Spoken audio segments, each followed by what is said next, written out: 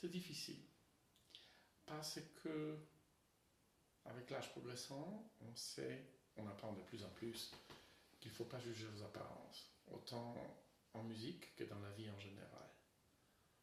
Donc, mais je pense que si un étudiant a vraiment une âme d'artiste et a des choses à communiquer, ça se sent, des fois d'une manière très gauchère, mais ça se sent dès qu'il joue quelque chose. Je me retiens, et plutôt je suis très prudent en jugeant sur les apparences, donc manière de parler, manière d'être, manière d'être éloquent sur la musique à la limite. Ça, je suis très prudent. Pour moi, le besoin d'exprimer des choses est besoin intérieur, bien qu'il faut bien différencier aussi là, parce que certains expriment des choses comme un monologue, les autres veulent absolument communiquer avec le public. Mais ce sont des facettes de l'âme d'artiste. Et ça, je pense, c'est seulement à l'instrument qui est pour moi l'occasion d'en juger.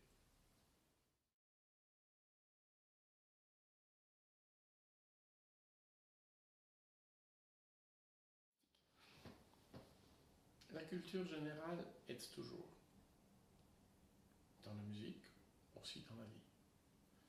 Parce que la culture générale nous permet de comprendre mieux ce qui se passe autant dans la musique qu'aussi en dehors de la musique. La culture générale nous permet de comprendre, par exemple, la suite des points de culmination dans un livre, qui est aussi semblable dans la suite des points de culmination dans la sonate de Beethoven. Une pièce de théâtre mise en scène, aussi semblable à un concerto de Mozart. Donc la culture générale, pour moi, joue un rôle primordial, souvent indirect, parce qu'on ne peut pas mettre, disons, un à un. Il y a beaucoup d'artistes qui sont des artistes intuitifs, qui pressentent les choses sans avoir une culture générale philosophique. Et ça a un message tout à fait touchant que quelqu'un qui, en s'approchant à la musique française, a lu tous les livres, toute la littérature française du 19e, et tous les poètes symbolistes et tout ça. Je ne veux pas dire que c'est un et non plus égal, mais il y a plusieurs approches sur la musique. Mais moi, je trouve que la culture générale, donc aussi une manière d'avoir l'expérience avec certaines choses qui se passent dans l'art, aide à percevoir certains droits, certaines lois, excusez-moi, pas droit, lois, certaines lois de construction, lois de tension, lois des silences qui sont aussi dans la musique. Donc la culture générale, pour moi, ça aide. Je ne trouve pas ça conditionnel, mais en tout cas, ça aide. Je veux dire, la culture générale élargit les regards, parce qu'en lisant beaucoup, en écoutant beaucoup des autres musiques, la musique des pianos, la musique des chambres, la musique symphonique, l'opéra, je ne veux pas non plus tomber dans les banalités en disant que sans connaître l'opéra de Mozart, on ne peut pas jouer les Mozart. Sans connaître les symphonies de Mozart ou les quatuors à cordes, c'est difficile de comprendre les Mozart. Sans connaître la sérénade pour les cuivres, des fois, disons, c'est pas impossible, mais c'est tellement plus facile de comprendre l'écriture de Mozart, ses influences, ses inspirations. Voilà.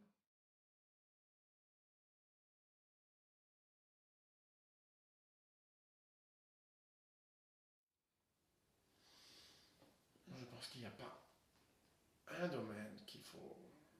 Je pense que ça dépend de la personnalité de l'étudiant en question, parce que tout de même, il n'y a pas un schème qu'il faut adapter aux étudiants. Tous les étudiants qui étudient l'art sont des personnalités des fois très très fortes, très différentes. Et il faut toujours, en tant que pédagogue, trouver les manteaux qui lui conviennent, ou sinon un habit qui lui convient. Il y a certaines bases qui sont en commun. Moi, je dirais lire beaucoup et différentes choses. Écouter les autres musiques. Pour les pianistes, surtout les chants. Surtout les chants. Autant l'opéra que les lieds. Et pour avoir un certain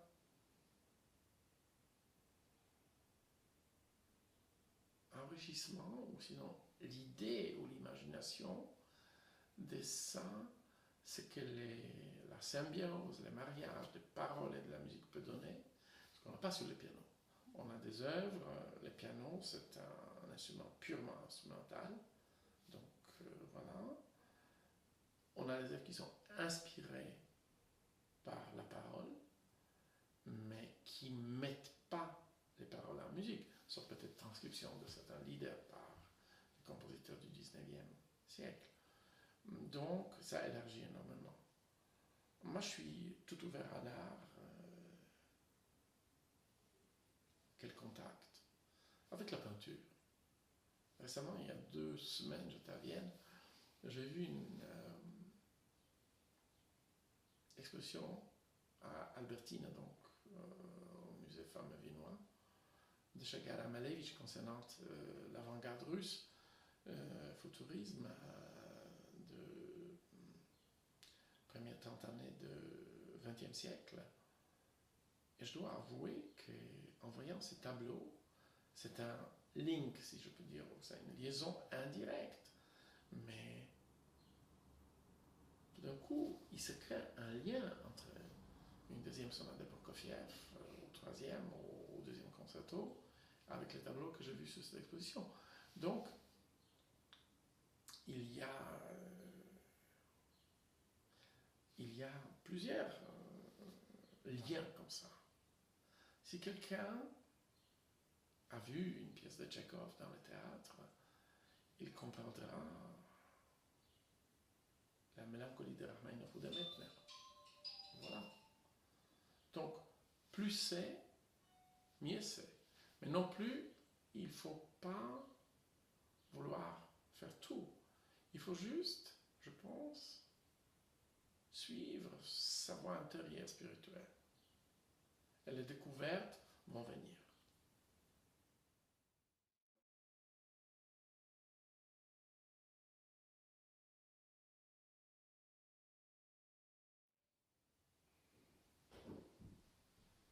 Bon,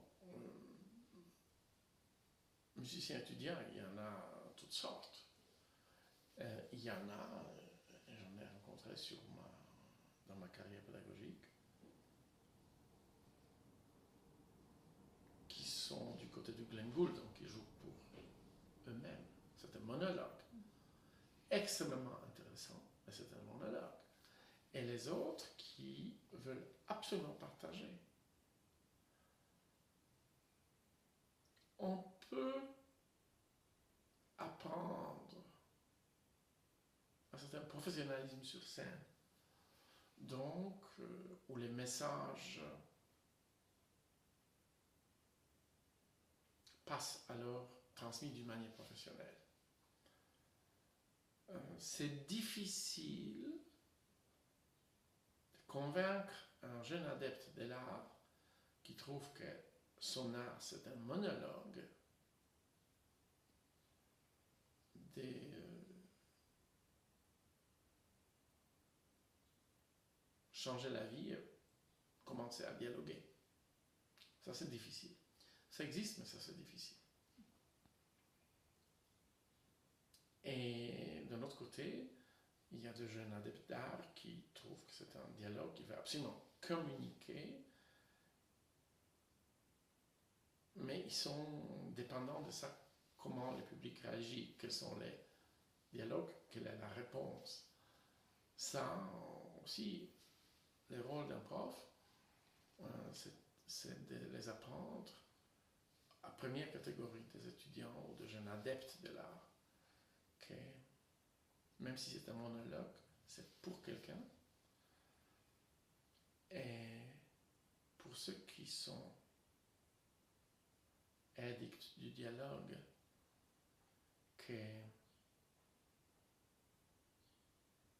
qu'il faut avoir suffisamment à dire, parce que des fois la réponse, c'est faire attendre. Ou sinon, elle ne vient pas tout de suite. Enfin, ça revient à peu près au même, c'est-à-dire, le rôle d'un pédagogue, c'est, enfin, comme moi je les comprends, que saisir la personnalité d'un étudiant, même si c'est gaucher, même si c'est pas encore parfait, et essayer de trouver les moyens pour que ce personnage puisse s'exprimer à sa manière, qui est son naturel, pour qu'il puisse développer son propre langage, pour qu'il puisse laisser ses propres traces.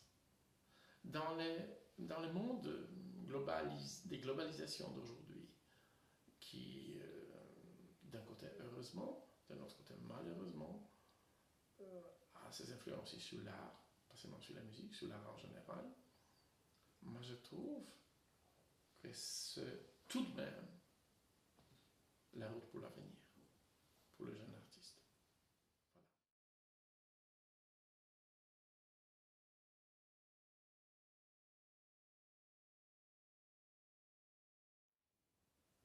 Voilà. Non, mais je trouve que la liberté technique, c'est la liberté. Il n'y a pas liberté artistique avec des obstacles. Bien sûr, il y a des gens qui ont des données techniques absolument phénoménales. C'est rarement qu'un artiste a tous les données. Ça, c'est très rare. Il faut toujours travailler sur quelque chose qui est déficitaire, dans une construction d'un puzzle d'une personnalité artistique. Mais, donc, j'essaie de donner à mes étudiants les tuyaux dans la main qui leur permet de s'exprimer librement. Je pense que en observant, en ayant les étudiants vraiment extraordinaires, des fois, comme professeur, dans ferveur de discussion musicale ou d'un discours musical, on oublie que même ces gens qui sont si doués ont de temps en temps, c'est un problème strictement technique, comment produire quelque chose comme ça. Et là, il faut essayer d'éviter les risques de ne pas les réaliser et de vouloir aider, donc vouloir remplir ces petits morceaux manquants. Et d'un autre côté, chez les gens qui ont beaucoup de données manuelles, et de temps en temps, c'est un côté imaginatif déficitaire, de faire réveiller la curiosité artistique, soit émotionnelle, soit intellectuelle. Il y a des approches différentes. Mais tout de même, donc je me répète un peu, mais ça revient au même, d'essayer de définir la personnalité de jeune étudiant ou jeune adepte de l'art et essayer de lui trouver les habits à sa mesure.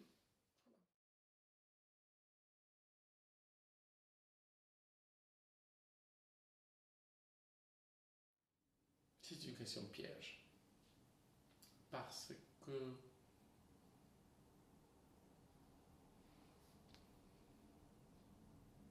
je pense que si quelqu'un touche vraiment,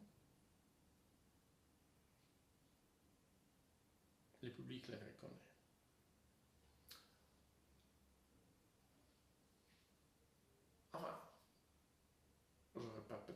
dû le dire dans une interview comme ça, mais les publics aussi se laissent aveugler.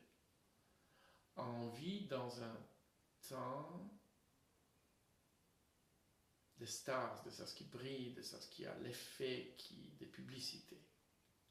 Or, ce qui touche, ce n'est pas forcément les choses brillantes. Donc, c'est difficile.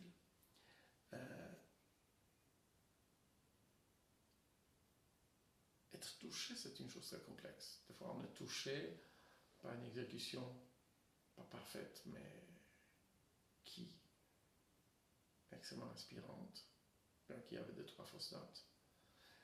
De temps en temps, on a une action extrêmement impressionnante, on ne reste pas touché. Ça, je veux pas tomber dans les platitudes, donc c'est une question très complexe parce qu'il y a les publics et les publics. L'expérience d'écoute, ça sensibilise l'écoute. Donc c'est déjà quelqu'un qui a écouté 1000 concerts à une autre approche que quelqu'un qui va pour la première fois dans un concert. Mais le but, c'est de toucher l'un et l'autre.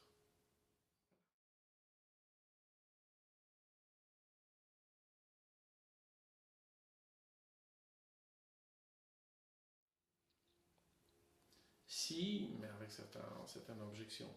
Parce que tout de même, transmettre des choses sur scène et transmettre des choses dans l'intimité de ma chambre avec un étudiant, c'est une autre chose. Il y a les autres paris, les autres démons qui hantent. Voilà. Il y a une base similaire, donc c'est une... c'est nécessité de transmettre savoir, transmettre l'expérience, transmettre la musique tout court. Mais on a fait différemment sur la scène comme enseignant. Quand on enseigne, il y a une verbalisation. Donc là, alors, la richesse des choses vécues, des choses qu'on a lues, qu'on a vues, pas seulement qu'on a joué. Donc, ce qu'on a parlé dans la question, une des toutes premières questions de ton interview, c'est que ça nous aide parce que ça rend notre vocabulaire beaucoup plus riche. Ça nous sensibilise à trouver des liens inattendus entre deux aspects complètement a priori abstraits. Et tout d'un coup, l'étudiant les pige. Ça nous fait aussi trouver un langage qui, parce qu'il y a aussi comme pédagogue, comme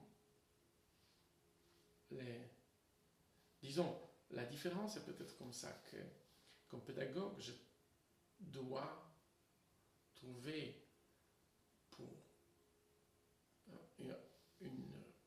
un mode de transmettre les choses que je tiens au cœur, que je tiens l'essentiel dans l'art, dans la musique, à 1500 personnalités différentes.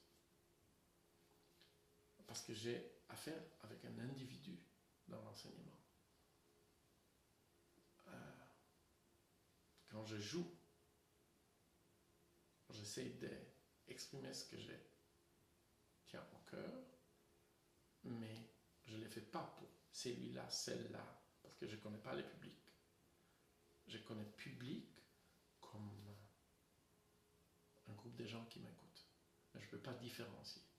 Tandis que en enseignant, j'adapte, ou disons, je cisèle, j'optimise mes convictions, mais c'est ce que je crois, et aussi c'est ce que je sais, pour que l'individu avec lequel j'ai affaire les comprenne et puisse avoir un profit de ça. Donc je devrais aussi trouver un langage pour qu'il les comprenne et pour qu'il puisse trouver des étincelles inspirantes pour lui-même.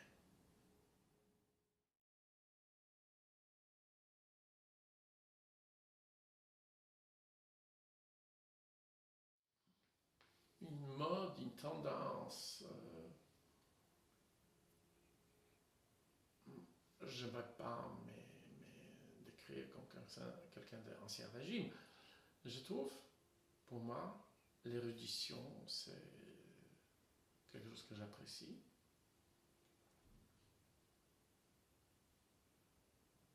À moi, c'est arrivé assez facilement de lire, de jouer, de travailler.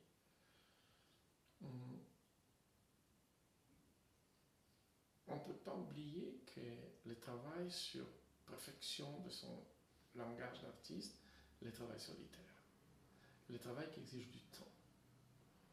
De temps en temps, ce temps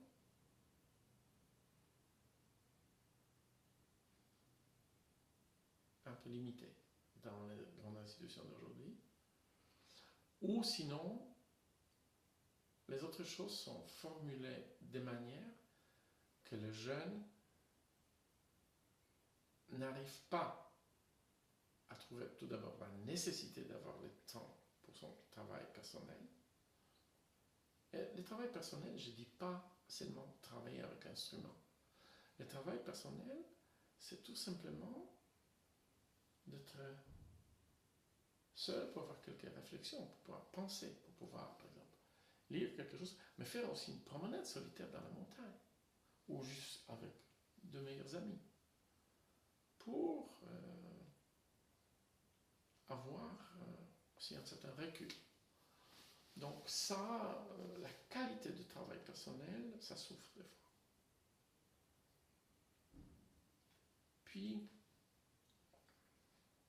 évidemment, les institutions répondent aussi au mode, donc à certaines choses qui sont hip, in. Ce que je trouve, elles doivent, les institutions de nos jours, doivent réagir aux besoins de société, aussi aux besoins de la profession telle qu'elle.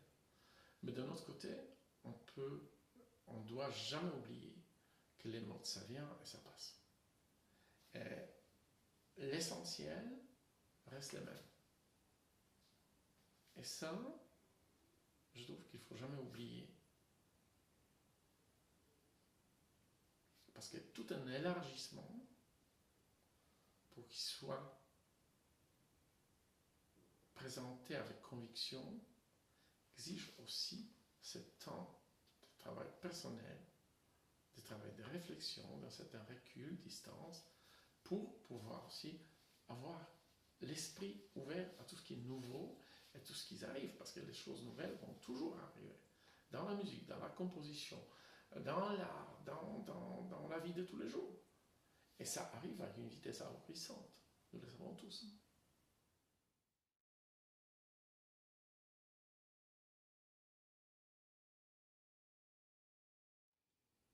Assez bien. Assez bien. Je trouve que chaque temps où nous vivons pose en partie les mêmes problèmes que génération auparavant, et en partie les défis qui sont nouveaux. Et je trouve que l'érudition, qui est pour moi aussi une réflexion constructive sur le passé, aide à affronter les défis que la nouvelle réalité, le futur, nous pose. Voilà. Mais je suis bonne foi. Je suis bonne foi. Je trouve que les temps où je vis